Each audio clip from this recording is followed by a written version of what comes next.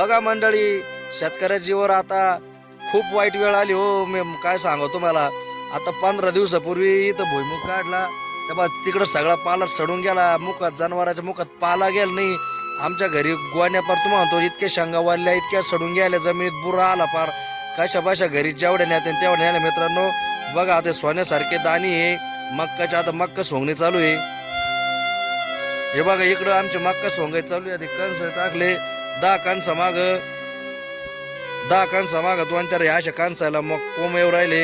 आता शेतकऱ्यांना कसं जगायचं? हा, शेतकऱ्याच्या जीवावर सगळी दुनिया जगती. शेतकऱ्यांना जर नाही पिकवलं तर तुम्ही काय खाणार आहे? हा, आता या असं जर मक्काला कोंब आले, कस काय मार्केटला मक्का न्यायची, काय भाव देईन बरं आम्हाला? हा, ते व्यापाऱ्याला काही बोलतो त्याचा काय दोष आहे? काय करणार? तू म्हणणार आहे का आता तुमच्यावाली मक्का पाण्याने भेजली, मी तुम्हाला 500 रुपये वाढ देतो?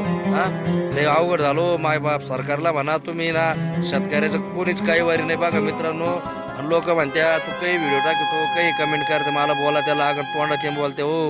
हा, आता बघा बरं, आता काही तुम्हाला काही खोटं आहे का? आता हे कोम आले म्हणून म्हणा वाटतं. कोम आले कोम, मक्काले कोम, कोम आले कोम, मक्काले कोम. म्हणून मित्रांनो, हा शेतकऱ्याचा चॅनल आहे, कष्टकऱ्याचा चॅनल आहे. म्हणून तुम्ही मी ऐकायला प्रेमी युट्यूब चॅनलवर तुम्ही जर नवीन असेल, असेच आमचे नवीन व्हिडिओ पाहण्यासाठी, हाल बघण्यासाठी, जगाला कळण्यासाठी आमच्या चॅनलला सबस्क्राईब करा. भेटू पुढल्या व्हिडिओमध्ये. तोपर्यंत नमस्कार. चला, आता आमच्या इकडं मंडळी गेली आमची आता मक्का सोंगायला. आता मी पण जातो. लई बोल राहिली पाहती ती, मला लई बोलती, व्हिडिओ काढतो ना, लई सासुरास होतो मला. भेटू मग हा नंतर.